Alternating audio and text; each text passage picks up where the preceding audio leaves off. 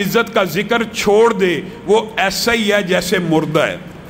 اور نبی کریم صلی اللہ علیہ وسلم نے کلام حمید کے بارے میں اس بات کو ارشاد فرمایا، سب سے بہترین ذکر میں سے کلام اللہ ہے، اور کلام اللہ کی فضیلت دیگر کلاموں کے اوپر ایسے ہے جیسے خود رب کی فضیلت دیگر مخلوقات کے اوپر۔ کلام اللہ اللہ کا کلام ہے، اللہ کی صفت ہے، مخلوق نہیں ہے۔ یہ بات بھی یاد رکھنی چاہیے کہ اللہ رب العزت کی ایک ذات ہے، اس نے کلام کیا ہے۔ ہمارے یہاں پہ معاذ اللہ کی ذات کو ایسے مشکوک بنایا جاتا ہے، کہہ دیا جاتا ہے معاذ اللہ تو ایک گورکھ دند ہے۔ اللہ رب العزت نے کلام کیا، وَكَلَّمَ اللَّهُ مُوسَىٰ تَكْلِيمًا، موسیٰ کے ساتھ ہم کلام ہوئے۔ یہ کلام اللہ کی ذات کا ہے، اور ہم نے معاذ اللہ ہی کی ذات کو مشکوک بنایا ہوا۔ قرآن پاک کے بہت سے فضائل آپ کے سامنے رکھے ہیں۔ نبی کریم صلی اللہ علیہ وسلم نے ان میں سے ایک فضیلت یہ بھی بیان کی ہے کہ قرآن پاک کو پڑھا کرو، فَإِنَّهُ يَأْتِي يَوْمَ الْقِيَامَةِ، کہ یہ قرآن پاک قیامت کے دن آئے گا، شفیعاً لِأَصْحَابِهِ، یہ سفارش کرنے والا بن کے آئے گا جو لوگ اس کو پڑھتے ہیں۔ کیا سفارش کرے گا؟ اللہ اس کے گناہ معاف کر، اللہ اس کے درجات کو بلند کر، اللہ اس کو خلت فاخرہ عطا کر۔ یہ سفارش کرتا چلا جائے گا، اللہ عطا کرتا چلا جائے گا، اور پھر یہ سفارش کرتے کرتے اللہ کو کہے گا اس کو لباس کرامت پہنایا جائے، اس کو تاج امامت پہنایا جائے، اس کو یہ دیا جائے، یہ دیا جائے، یہاں تک کہ اللہ رب العزت سب چیزیں دینے کے بعد کہیں گے اب میں تیری سفارش کے بدلے یہی کرتا ہوں کہ کوئی قاری قرآن کھڑا ہو، کوئی حافظ قرآن کھڑا ہو، یا قرآن پڑھنے والا کھڑا ہو، وہ پڑھتا چلا جائے اور اپنی درجوں کو اور منزلوں کو بڑھاتا چلا جائے۔ اور کیا کروں؟ یعنی مراد یہ ہے کہ تم قرآن پڑھتے چلے جاؤ، رب تمہارے درجے بڑھاتا چلا جاتا ہے۔ یہی وہ قرآن ہے کہ جس کے بارے میں رسول اللہ کل قیامت کے دن یہ فریاد کریں گے، اے اللہ میری اس قوم نے قرآن پاک کو پسے پشت ڈال دیا تھا، اسی قرآن سے امت محمدیہ کا عروج ہوگا، اسی قرآن کو چھوڑ دینے سے زوال ہوگا۔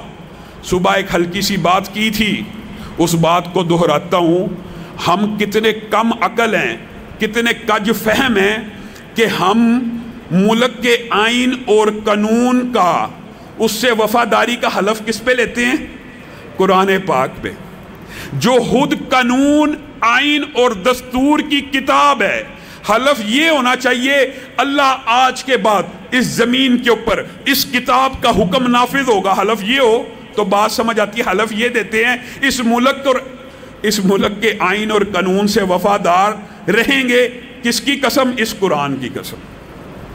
یعنی قرآن پاک ہم نے قسمیں کھانے کے لیے رکھ لیا، اس کو آئین اور دستور بنانا تھا وہ تو نہ بنایا، اس کے اوپر ہاتھ رکھ کے آئین اور دستور سے مخلص رہنے کی قسمیں کھاتے ہیں۔ میں آئین شکنی یا دستور شکنی کی دعوت نہیں دے رہا، لیکن غور و فکر کرنے کی ضرورت ہے کہ یہ کتاب ہماری زندگیوں میں انقلاب لے کے آنے والی تھی، ہم نے یہ حلف کے لیے رکھ لیا، یا تاکوں میں سجا لیا، یا مردے بخشوانے کا کام لے لیا۔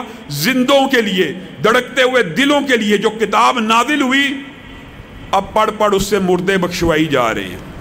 یہ کتاب اس لیے نہیں آئی، یہ کتاب آپ کی اور میری ہدایت کے لیے آئی، نمبر ایک بات۔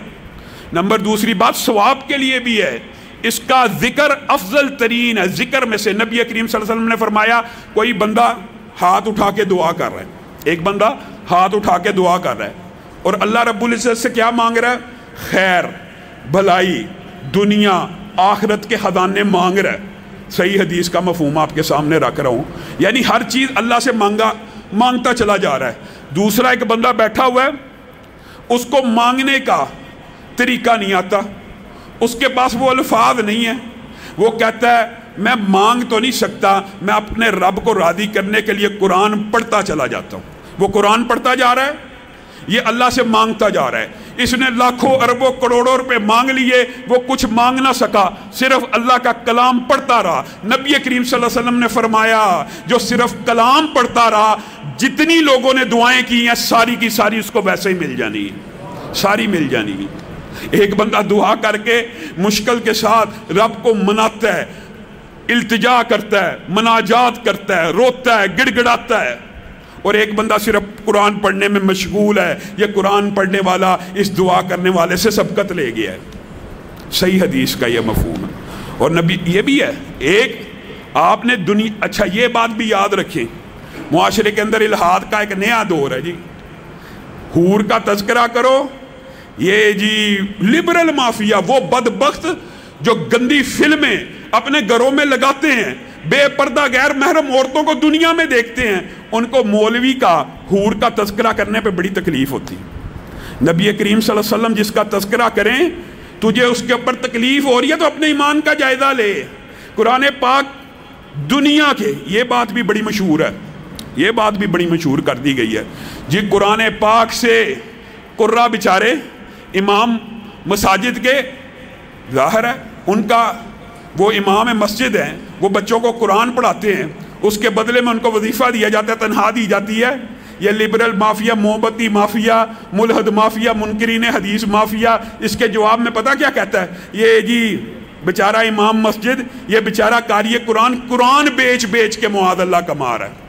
بدبختو، قرآن پاک اس لیے بھی پڑھا جا سکتا ہے کہ اللہ دنیا کے کام کرے، اور اس لیے بھی پڑھایا جا سکتا ہے کہ اس کی ذاتی روزی چلے، دلیل موجود ہے۔ نبی کریم صلی اللہ علیہ وسلم نے کہا آج آسمان سے ایسا فرشتہ نازل ہوا ہے جو آج سے پہلے زمین پہ نہیں اترا۔ اے اللہ کے رسول کیا کرنے اترا ہے؟ وہ مجھے خوشخبری دینے آیا ہے کہ اللہ رب العزت نے کلام حمید میں 2 ایسے مقامات آپ کو عنایت کر دی ہیں جو سابقہ کسی نبی کو بھی عطا نہیں کیے۔ کون سے 2 مقامات؟ ایک سورت فاتحہ اور ایک سورت بقرہ کی آخری 2 آیات آپ کے اوپر نازل کر دی ہیں۔ سورت فاتحہ کے حوالے سے اگر اکیلے اس کے فضائل بیان کیے جائیں نا، اس کے اکیلے کے تفسیر ابن کثیر اٹھا لیجئے، کوئی تفسیر کی کتاب اٹھا لیجئے، جب قرآن پاک کی ابتدا ہوتی ہے، سورت فاتحہ کی تفسیر شروع ہوتی ہے، اس کے فضائل و مناقب کے اوپر مستقل کئی جمعے پڑھائے جا سکتے ہیں۔ یہ ام الکتاب ہے، یہ فاتحہ ہے، ابتدا قرآن پاک کی اللہ رب العزت نے سورت سے کی ہے، لیکن ہم اپنے موضوع کے اوپر رہتے ہیں۔ ایک اس کے اندر تاثیر کیا ہے، نبی کریم صلی اللہ علیہ وسلم نے جو دلیل ہے وہ بھی یاد رکھیے، اس کے بارے میں یہ کہا یہ رقیہ ہے، یہ دم ہے، یہ ام الکتاب ہے، یہ سورۃ الشفاء ہے، یہ فاتحہ ہے، یہ بیماریاں دور کرنے والی۔ یہ صحابہ نے یہ حدیثیں سنی ہوئی تھی، حضرت سعید خدری کی حدیث بھی ہے اور ایک اور صحابی کی حدیث بھی ہے، یہ دونوں آپ کے سامنے واقع رکھتا ہوں۔ وہ ایک بستی میں گئے، وہاں پر انہوں نے چاہا کہ بستی کا جو سردار ہے ہماری میزبانی کرے۔ انہوں نے میزبانی نہیں کی، اسی اثناء میں اس کو سانپ نے کاٹ لیا۔ انہوں نے میزبانی تو کی نہیں تھی، اب وہ اصحاب رسول کے پاس آئے کہ کیا آپ میں سے سانپ کے کاٹے کا کوئی علاج جانتا ہے؟ ایک صحابی کھڑے ہوئے، کہا میں جانتا ہوں لیکن معاوضہ لوں گا، معاوضہ۔ آپ نے ہماری میزبانی نہیں کی، اگر میزبانی کی ہوتی تو میں بغیر معاوضہ آپ کو دم کر دیتا۔ کس چیز کا؟ کہنے لگے یہ بات تم چھوڑو، معاوضہ طے کرو۔ معاوضہ طے ہو گیا۔ اس صحابی نے اس سردار کو، آج وبا کے ایام ہیں، آج بیماریوں کے موسم ہیں، اس حدیث کے اوپر غور کیجئے۔ صحابہ بیان کرتے ہیں اس نے سورت فاتحہ کی تلاوت کرنا شروع کر دی، الحمدللہ رب العالمین الرحمن الرحیم پڑھنا شروع کر دیا۔ پڑھتا گیا، سانپ کا زہر کم ہونا شروع ہو گیا، اثرات ختم ہونا شروع ہو گئے، زخم مندمل سب کے سامنے شروع ہو گیا۔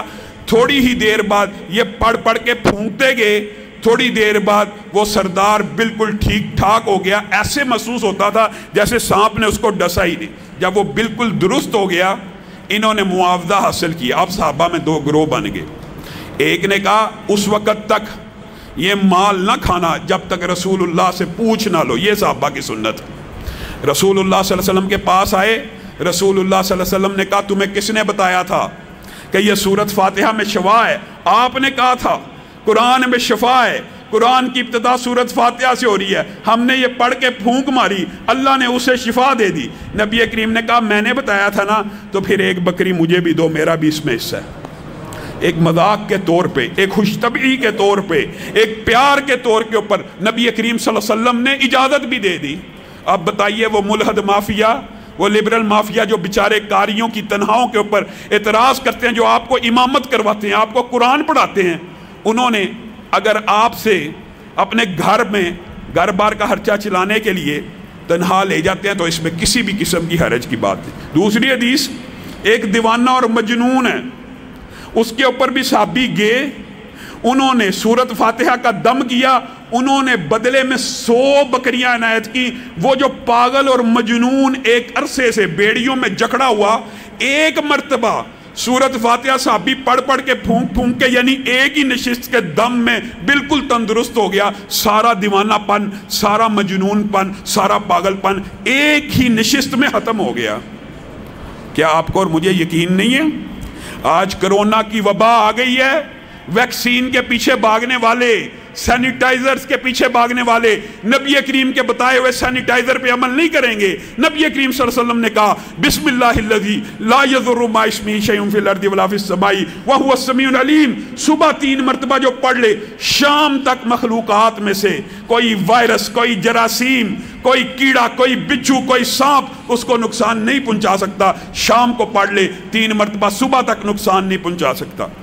اب آپ کو اور مجھے یقین ہونا چاہیے، صحابی جو یہ حدیث بیان کر رہے ہیں نا، یہ حدیث، یہ بھی بڑا دلچسپ واقعہ، جب یہ صحابی حدیث بیان کر رہے تھے، اور یہ ایک طویل باب ہے، محدثین نے اس کے بارے میں لکھا ہے، اس روایت کا سلسلہ حضرت عثمان تک جاتا ہے، اور آگے ایک صحابی ہے، وہ صحابی جو یہ حدیث بیان کر رہے ہیں نا، ان کو خود کو فالج ہوا۔ تو صحابہ نے بڑے تعجب کا اور حیرت کا اظہار کیا کہ آپ ہمیں ایک وظیفہ بتاتے ہیں کہ صبح 3 مرتبہ پڑھو، شام تک کوئی شے نقصان نہیں پہنچائے گی، آپ کو فالج کہاں سے ہو گیا؟ تو اس صحابی کے ماتھے کے اوپر بل پڑ گیا۔ کہا کیا رسول اللہ صلی اللہ علیہ وسلم کے کلام میں شک کرتے ہو؟ اللہ کی قسم یہ کلام رسول اللہ کا ہے، اور رسول اللہ کی بات میں کوئی شک نہیں ہو سکتا۔ ایک دن ایسا آیا تھا، میں غصے میں ایسا آ گیا، غصے سے میرے دماغ کی کیفیت ایسی ہو گئی کہ میں یہ وظیفہ صبح اٹھ کے پڑھنا بھول گیا، اسی دن میرے اوپر فالج کا اٹیک آ گیا۔ جو صحابی بیان کر رہے ہیں وہ خود بتا رہے ہیں، میں اور آپ کلام اللہ کی طرف توجہ نہیں ہے۔ وَنُنَزِّلُ مِنَ الْقُرْآنِ مَا هُوَ شِفَاء، اللہ کہہ رہا ہے یہ کتاب پوری کی پوری شفا ہے۔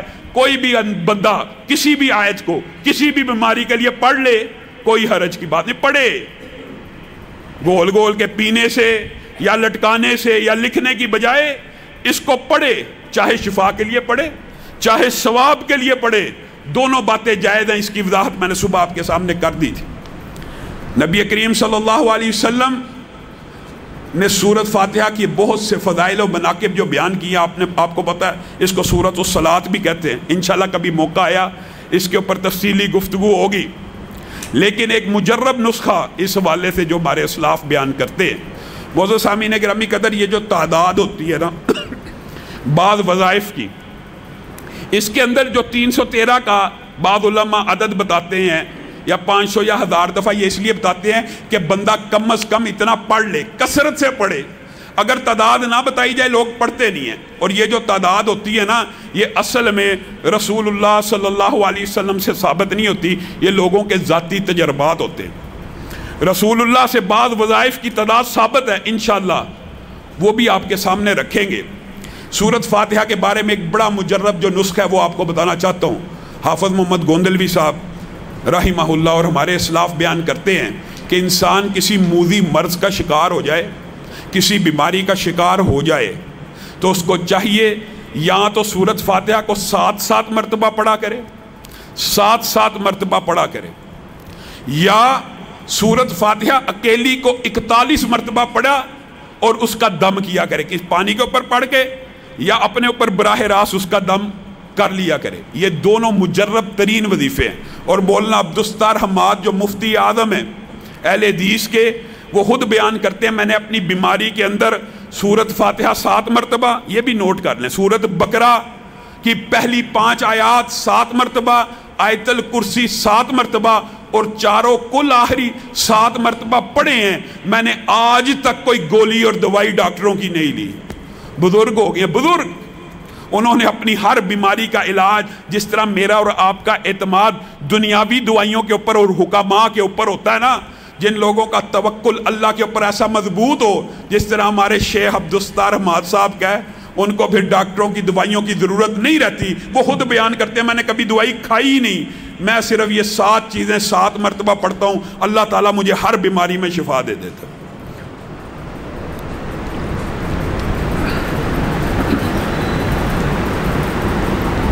وباؤں کے ایام میں جہاں پر آپ نے اب کیا کہ آئسولیشن، احتیاطی تدابیر، گھروں میں چھپ جانا، اور بجائے یہ کہ لوگوں کو اللہ کے قرآن اور کلام کی طرف اور اللہ کے ذکر اذکار کی طرف اور نبی کریم کی بیان کردہ حدیث کی طرف متوجہ کیا جائے، بس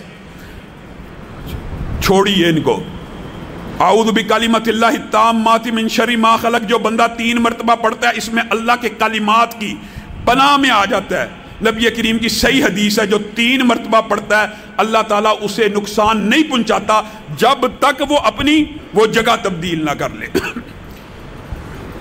اس بات سے مراد کیا ہے کہ انسان گھر میں داخل ہو، اعوذ بکلمۃ اللہ التامات من شر ما خلق 3 مرتبہ پڑھ لیا، انشاءاللہ اس نیت کے ساتھ داخل ہو کہ اللہ تیرے نبی نے جو بات بتلائی تھی اس کے اوپر عمل کر کے گھر میں داخل ہو رہا ہوں، پھر اب گھر میں کوئی چیز نقصان نہیں پہنچائے گی، اور گھر سے نکلتے وقت 3 مرتبہ پڑھ لے، یہی نیت ہو تو انشاءاللہ باہر بھی نقصان نہیں پہنچے گا۔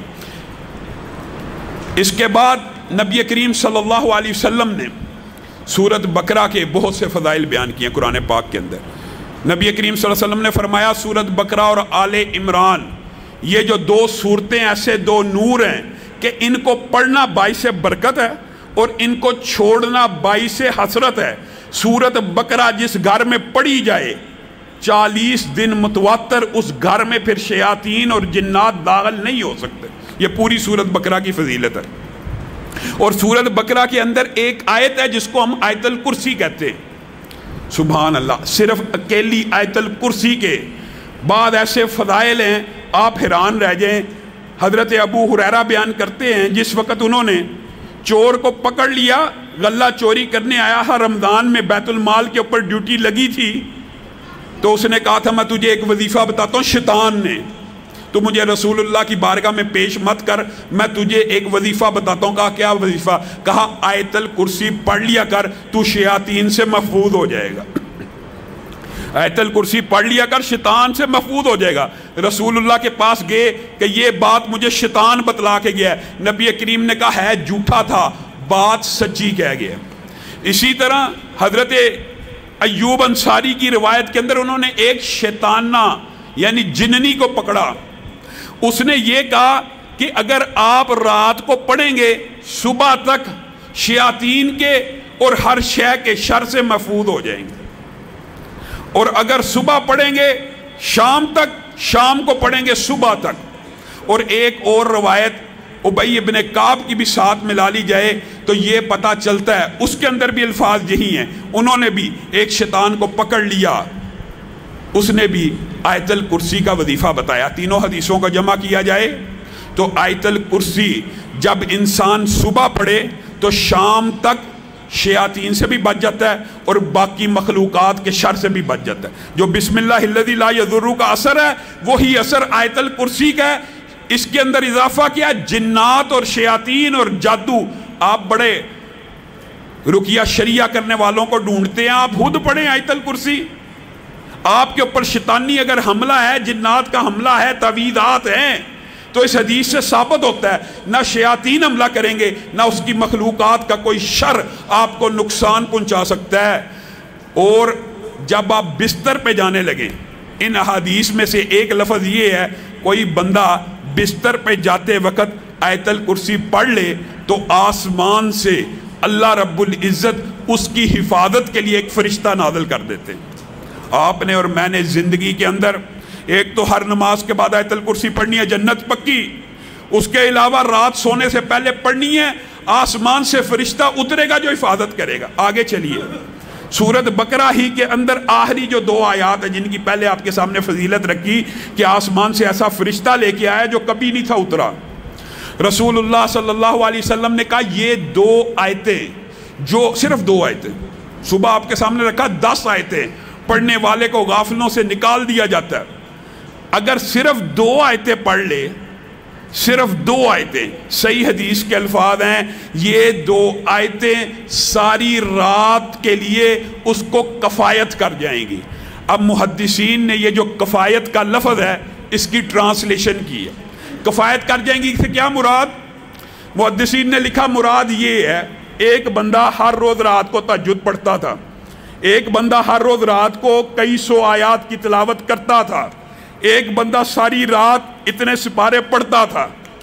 اب ہوا کیا، ایک دن اس کو نیند آ گئی، وہ جلدی میں تھا، وہ کچھ نہ پڑھ سکا، صرف ان 2 آیتوں کی تلاوت کر لی. یہ آیتیں اس کو کفایت کر گئیں کہ اس کے نامہ اعمال میں ساری رات کا قیام لکھ دیا جائے گا. جتنے وہ سپارے پڑھتا تھا لکھ دیے جائیں گے، جتنا وہ عمل کرتا تھا لکھ دیا جائے گا. اور دیگر محدثین نے یہ بیان کیا کفایت سے مراد یہ ہے کہ جمیع بیماریوں کے، جمیع مخلوقات کے شر سے اللہ اس کے لیے کافی ہو جائے گا صرف یہ 2 آیتیں پڑھ لینے سے. اور صحیح حدیث کے الفاظ کیا ہیں؟ جو بندہ یہ 2 آیتیں ہر روز رات کو پڑھتا ہے، کتنے دن؟ صرف 3 دن. سورت بقرہ کی روایت تھی 40 دن، سورت ہے بھی بڑی. 40 دن جس گھر میں تلاوت ہو، اگر آپ نہیں کر سکتے آپ اس کو گھر میں لگا لیں. 40 دن جتنا مرضی پرانا جادو ہو، جتنا مرضی پرانا تویز ہو، جتنی مرضی بندش ہو، کوئی بھی آپ سلسلہ سنیں، آپ 40 دن لگاتار اپنے گھر میں سورت بقرہ کی تلاوت کر لیں یا چلا لیں سی ڈی کے اوپر، کیسٹ کے اوپر. اس گھر میں شیطان اور جنات کا اثر ختم ہو جاتا ہے. اور اگر کسی بندے کے پاس یہ وقت ٹائم نہیں، اول تو کرنا چاہیے. کیا مسئلہ ہے؟ لگا دو. گھر میں کوئی ڈیوائس ہے اس کے اوپر لگا دو، کیا مسئلہ؟ گھر میں چلنی چاہیے. اپنے گھروں کو قبرستان مت بناؤ، ادھر تلاوت ہونی چاہیے. یہاں سے یہ بھی ثابت ہوتا ہے کہ قبرستان میں تلاوت نہیں ہونی چاہیے، گھروں میں ہونی چاہیے. 3 دن جو بندہ سورت بقرہ کی یہ آخری 2 آیات کی تلاوت کرتا ہے، اس حدیث کے الفاظ بھی یہی ہیں کہ اس کے گھر سے شیاطین اور جنات بھاگ جاتے ہیں. گویا سورت بقرہ کے اندر پورے کا پورا توڑ موجود ہے، جادو کا، جنات کا. انسان کو وہم ہے نا، وسوسہ ہے، بدش ہے، رزق کی کمی ہے. سورت بقرہ کی تلاوت گھر میں لگائے، نہیں لگا سکتا، یہ آخری 2 آیتیں یاد کرے، کیونکہ نبی کریم نے ان کی اضافی فضیلتیں بھی بتائی ہیں کہ اس کے اندر جو مانگا جاتا ہے نبی کریم نے کہا وہ اللہ عطا کر دیتے ہیں. آگے چلیے، قرآن پاک میں سورت کہف ہے. آپ نے اور میں نے اپنا یہ معمول بنانا ہے کہ جب بھی جمعہ آئے اس کی تلاوت کرنی ہے. احادیث میں یہ بات ملتی ہے کہ سورت کہف ایک جمعے سے لے کر دوسرے جمعے کے مابین جتنے دن ہیں ان کو نور اور روشنی سے بھر دیتی ہے. کس کے لیے؟ جو اس کی تلاوت کرتا ہے. اور پھر پہلی 10 آیات جو یاد کر لیتا ہے وہ دجال کے فتنے سے محفوظ رہے گا.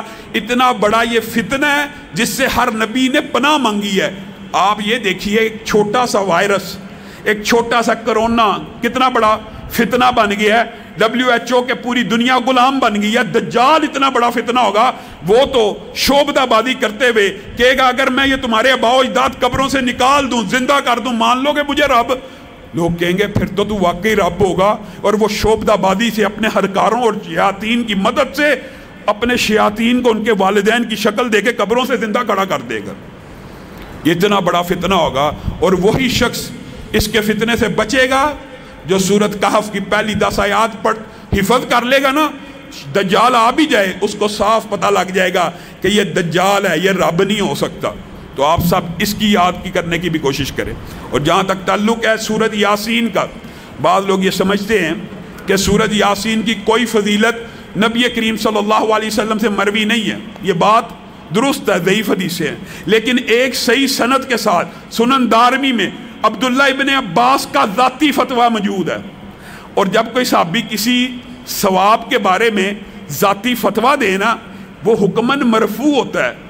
اس بات کا کیا مطلب ہے؟ اس بات کا مطلب ہوتا ہے صحابی اپنی طرف سے کسی صورت کی فضیلت اور منقبت بیان نہیں کرتا، اس نے لا محالہ یقینی طور پہ رسول اللہ سے سنی ہوتی ہے، بس وہ اس بات کو رسول اللہ سے منسوب نہیں کر رہا، وہ خود بیان کرنا شروع ہو گیا۔ اس کو جس بھی وجہ سے، اس نے کیا وجہ ہے کہ رسول اللہ کی طرف منسوب نہیں کی، یہ اللہ جانتا ہے۔ لیکن جب عبداللہ ابن عباس کہتے ہیں کہ سورۃ یاسین صبح پڑھنے والا شام تک اس کی برکات اور اللہ کی برکتوں میں گھر جاتا ہے، اور شام کو پڑھنے والا صبح تک اللہ کی برکتوں میں آ جاتا ہے، تو یہ حدیث، یہ روایت حکماً مرفوع ہو جاتی ہے۔ صحابہ اپنی طرف سے کسی عمل کا فضیلت اور اجر و ثواب نہیں بیان کرتے۔ اسی طرح بعض محدثین نے بیماریوں کے حوالے سے لوگ سوال کرتے ہیں، جو ڈپریشن ہے، جو انگزائٹی ہے، جس بندے کو نیند نہیں آتی، جو بندہ ساری رات بے چین رہتا ہے، اسلاف نے یہ بات بتلائی ہے، اس کے لیے بہترین سورت نبا ہے، اما یتساءلون، یہ سورت پڑھے، اس سورت کو پڑھنا شروع کرے، اگر نیند نہیں آ رہی، نیند آنا شروع ہو جائے گی۔ اللہ رب العزت نے اس کے اندر یہ تاثیر رکھی ہے۔ سورتوں کے اور بہت فضائل ہیں، میں مختصر کر کے آپ کے سامنے رکھ رہا ہوں، اور سورت رحمان کے حوالے سے یہ تجربہ ہے، جتنے موذی امراض ہیں اس کے اوپر سورت رحمان کا دم کیا جائے، یا بندہ تلاوت کرنا شروع کرے یا سننا شروع کر دے، اللہ تعالیٰ اس کو شفا دیتا ہے۔ اور جو چاروں کل ہیں نا آخری، ان میں سے کل یا ایھا الکافرون اکیلے کی فضیلت کیا ہے؟ ایک مرتبہ پڑھنا، جس طرح قل ھو اللہ 3 دفعہ پڑھنے سے پورے قرآن کا ثواب ہے، قل یا ایھا الکافرون 4 مرتبہ پڑھنے سے انسان کو پورے قرآن کا ثواب مل جاتا۔ قل ھو اللہ پڑھیے 3 دفعہ، بلکہ 10 مرتبہ پڑھیے، جنت میں محل بھی بنے گا، 3 سے اوپر قرآن پڑھنے کا ثواب بھی ملے گا۔ قل یا ایھا الکافرون 4 مرتبہ پڑھیے، یہ رمضان کی راتیں، ان کو ضائع مت کیجئے، یہ آخری عشرہ ہے، یہ فضائل ہیں، یہ ثواب کمانے کا سیزن ہے۔ بے شک قرآن کتاب ہدایت ہے، روشن ہدایت کے لیے، دستور کے لیے، آئین کے لیے، نظام کے لیے، نفاذ کے لیے، لیکن اس سے ثواب بھی حاصل کیا جا سکتا ہے۔ 4 مرتبہ قل یا ایھا الکافرون پڑھیے، 3 مرتبہ قل ھو اللہ احد پڑھیے، اس کے بعد جو آخری معوذتین جن کو کہتے ہیں قل اعوذ برب الناس اور قل اعوذ برب الفلق، یہ بڑے مجرب ہیں۔ پھر وہی بات، جو بندہ جادو میں ہے، جنات میں ہے، کسی بھی قسم کے ان وسوسوں، وہم و شیطانی کسی بھی قسم کے وسوسے کے اندر پھنس جاتا ہے، یا اس کے بعد لوگوں نے یہ بھی بات اس بارے میں تجربہ بتلایا ہے کہ جن لوگوں کو شیطانی خیالات زیادہ آتے ہوں، یعنی جو راہ ہدایت سے خود محسوس کرتے ہوں کہ ہم اللہ سے توبہ کرتے ہیں، پھر ہمارے اندر گناہ کی خواہش پیدا ہو جاتی ہے، وہ کیا کیا کریں؟ وہ یہ دونوں کل کثرت سے پڑھا کریں، اللہ تعالیٰ ان کی عبادت میں ایسی لذت پیدا کرے گا کہ وہ گناہوں سے دور ہو جائیں گے۔ تو ہمیں یہ کل پڑھنے چاہیے۔ خود رسول اللہ صلی اللہ علیہ وسلم کے لیے یہ اترے، اور رسول اللہ صلی اللہ علیہ وسلم نے اپنا علاج ان دونوں کلوں کو پڑھ کے کیا تھا۔ اللہ رب العزت جو کہا گیا، جو سنا گیا، اس کو سمجھنے اور ان کے اوپر عمل پیرا ہونے کی توفیق عنایت فرمائے۔ سبحان ربک رب العزت۔ میں اپنے نبی کے کوچے میں چلتا ہی گیا، چلتا ہی گیا۔